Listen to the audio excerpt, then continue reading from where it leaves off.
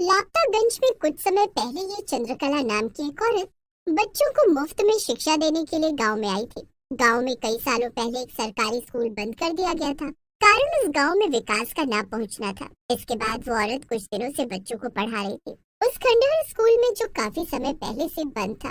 माँ, पता है वो आंटी है ना, वो बहुत अच्छे से पढ़ाती है। भगवान का लाख लाख शुक्र है जो माँ सरस्वती के रूप में चंद्रकला मैडम हमारे गांव में बच्चों को मुफ्त में पढ़ाने आई है, वरना मुझे तो लगा था इस गांव के बच्चे हमेशा के लिए अनपढ़ रह जाएंगे। चंद्रकला को 15 दिन ही हुए थे गांव में बच्चों को मुफ्त पढ़ाते हुए। लेकिन एक दिन जब बच्चे क्लास में पढ़ाई कर रहे होते हैं, तभी अचानक से क्लास में तेज गंध आने लगती है। अरे ये गंध कैसी और इतनी बदबू कहाँ से आ रही है? अरे रूपाली, सामने देख, क्लासरूम के दरवाजे पर धुआं उठ रहा है। अचानक से वो धुआं टीचर चंद्रकला के अंदर समा जाता है और जैसे ही टीचर चंद्रकला पलटती है तो बच्चे हैरान रह जाते हैं, क्योंकि उस चंद्रकला ने एक चुड़ैल का रूप धारण कर लिया था। हमारी टीचर जी को क्या हुआ? वो इतनी कैसे बदल गई? डरो नहीं बच्चों, जिसे तुम अपनी प्यारी टीचर समझ रहे थे, असल में वो एक चुड़ैल ही है। आज जिन जिन बच्चों ने अपना होमवर्क पूरा नहीं किया है उन्हें पनिशमेंट मिलेगी। कैसी पनिशमेंट चुड़ैल टीचर जी? रूपाली, उसे चुड़ैल क्यों कह रही है? वो और भी गुस्से में आ जाएगी। और वो पनिशमेंट क्या होगी चुड़ैल टीचर जी? मेरा मतलब है टीचर जी। आज लंच में तुम जो कुछ लाए हो वो पहले मैं खाऊंगी, उसके बाद कल गोलू अपने घर से 5 मुर्गी के अंडे लेकर आएगा। लेकिन मैं इतनी मुर्गी के अंडे कहाँ से लाऊंगा?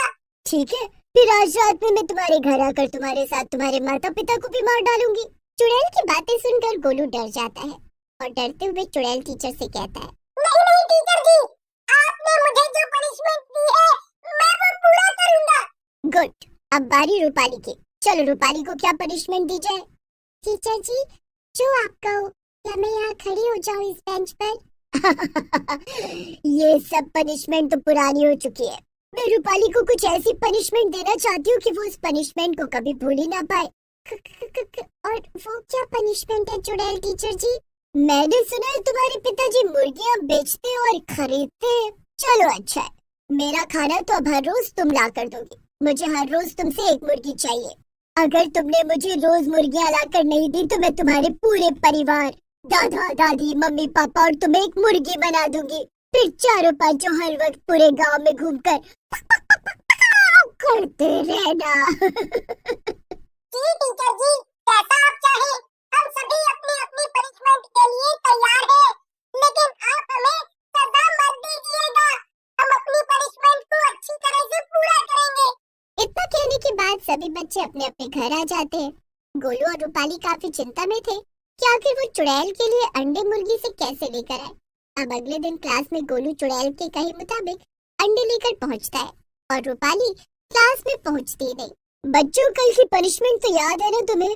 कहीं ऐसा तो नहीं तुम लोग पनिशमेंट भूल गए? जी टीचर जी, मैं तो पूरे अंडे लेकर आया हूँ। बाकी के बच्चे भी अपनी पनिशमेंट पूरी करके तो आए हैं ना? और रूपाली कहाँ है? जी जी टीचर जी, मैं आ गई। और मैं ये मुर्गी भी आपके लिए लेकर आई हूँ। बच्चे काफी डरे होते हैं। देखो बच्चों, मैं हर रोज तुम्हें पनिशमेंट दिया करूंगी और उस पनिशमेंट को तुम आसानी से पूरा कर लोगे तो मैं तुम्हें कुछ भी नहीं करूंगी, नहीं मैं तुम्हें डराऊंगी। चलो, अभी तुम लोग डर रहे हो, मैं अपने दूसरे रूप में आ जाती हूँ। इतना कहकर चुड़ैल चंद्रकला के रूप में आ जाती है और बच्चों को कुछ देर पढ़ाने के बाद उनकी छुट्टी कर देती है। लेकिन ऐसा ही कई दिनों तक चलता रहता है। चंद्रकला बच्चों को पनिशमेंट देती और बच्चे पनिशमेंट को पूरा भी करते, लेकिन वो डरे हुए थे और पिछले कुछ समय से बच्चे ठीक से खाना भी नहीं खा रहे थे। अरे रूपाली की माँ, जरा बाहर तो आना, आपसे कुछ बात करनी थी। अरे चमेली बहन, कैसी हैं आप? सब ठीक तो है ना? हाँ हाँ, सब ठीक तो है, लेकिन मैं बच्चों के बारे में आपसे कुछ बात करने आई थी। पिछले 2-4 दिनों से मैं बच्चों को देख रही हूँ, वो ढंग से खाना भी नहीं खा रहे और अपना काम भी पूरा करते बिना कहे।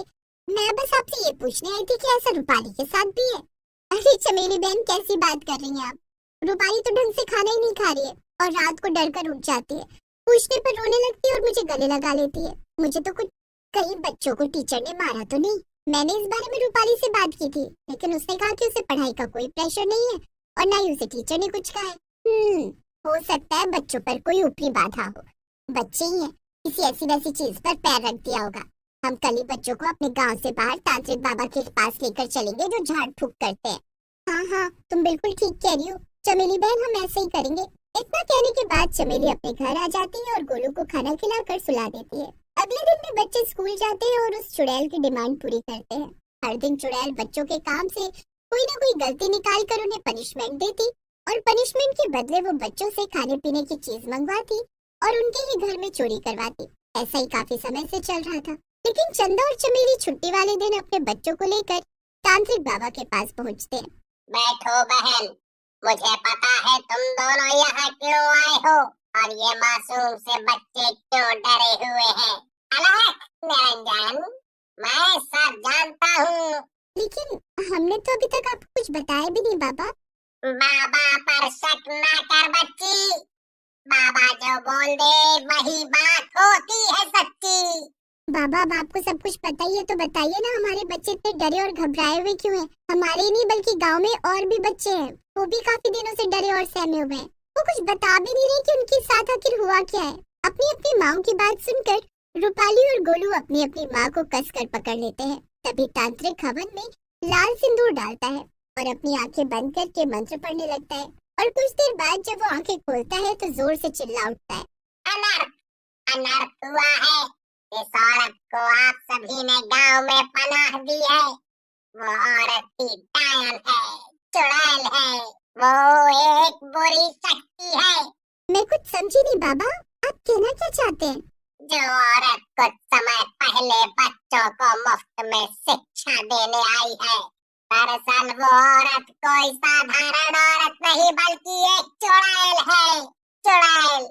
और वो पिछले कई दिनों से बच्चों को पनिशमेंट दे रही है और बच्चे अपने परिवार को ना खो दे इस वजह से उस सजा को पूरा भी कर रहे हैं। इसका पता तो तभी चल पाएगा जब उस चुड़ैल को मैं वश में करूंगा। चमेली और चंदा अब घर आ जाते हैं। अगले दिन वो अपने बच्चों को तैयार करके स्कूल भेज देते हैं और कुछ ही देर बाद वो दबे पांव उस खंडहर स्कूल में पहुंचते हैं। आज का अंडा कुछ ज्यादा ही स्वादिष्ट है गोलू, और रूपाली तुम्हारी मुर्गी तो मैं पका कर खाऊंगी। चुड़ैल टीचर जी, ये कब तक चलता रहेगा? कल तो मेरी मम्मी ने मुझ पर अंडा चोरी का इल्जाम लगा दिया था। अगर मेरे पापा ने मुझे बचाया ना होता तो मेरी माँ मुझे मारते मारते मार ही डालती। अरे बुद्धू, अगर अपनी टीचर के लिए जान देनी पड़े तो इसमें हर्ज ही क्या है? और मेरी मम्मी भी मुझ पर शक करने लगी है। मुझे तो मुर्गियाँ लाते हुए भी डर लगता है। ऐसी नादानियों वाली बातें अगर तुम दोनों ने आइंदा की तो पता है ना मैं क्या करूंगी। अभी जो काम दिया है वो पूरा करो। अपने माँ बाप को भी तो तुम्हें दिखाना है ना कि आज तुम लोग क्या क्या पढ़ लिख कर आए हो। इतना कहकर चुड़ैल खाने पीने में व्यस्त हो जाती है और बच्चे डरते डरते पढ़ रहे होते हैं। और दूसरी तरफ खिड़की से चंदा और चमेली सारा नजारा अपनी आंखों से देखकर सहम जाती है और देर शाम सारी बातें तांत्रिक को बता देती हैं। हालांकि उस स्कूल में गांव के जितने भी बच्चे पढ़ रहे थे ये बात उन तक भी पहुंचती है और सभी एकजुट होकर तांत्रिक से मदद मांगते हैं। तांत्रिक उसी वक्त पूजा अनुष्ठान की तैयारी करता है और हवन करके उसमें आहुतियां डालने लगता है। मंत्रोच्चारण के साथ ही वो चुड़ैल को अपने वश में करने के लिए लगातार आहुतियां डाल रहा होता है। तभी वहाँ वो चुड़ैल हंसती खिलखिलाती हुई प्रकट होती है। अच्छा, तो गांव के लोगों को आखिर पता चल ही गया कि चंद्रकला की सच्चाई क्या है। चलो कोई बात नहीं, इन बेवकूफ बच्चों को मैंने मना किया था कि अगर तुमने अपनी पनिशमेंट की बात घर पर बताई तो तुम्हें कड़ी से कड़ी सजा मिलेगी, लेकिन ये नहीं माने शायद। इसमें बच्चों की कोई गलती नहीं है, तुम्हें सजा अवश्य मिलेगी। ओम भट्ट भट्ट स्वाहा। इतना कहते ही तांत्रिक लाल सिंदूर की आहुति उस जलते हुए हवन में डालता है और वो चुड़ैल जलकर भस्म हो जाती है। उसे मुक्ति मिल चुकी थी और उस दिन के बाद से गांव वाले फिर किसी बाहरी पर विश्वास नहीं करते और ना ही किसी को अपने गांव में पनाह दिया करते।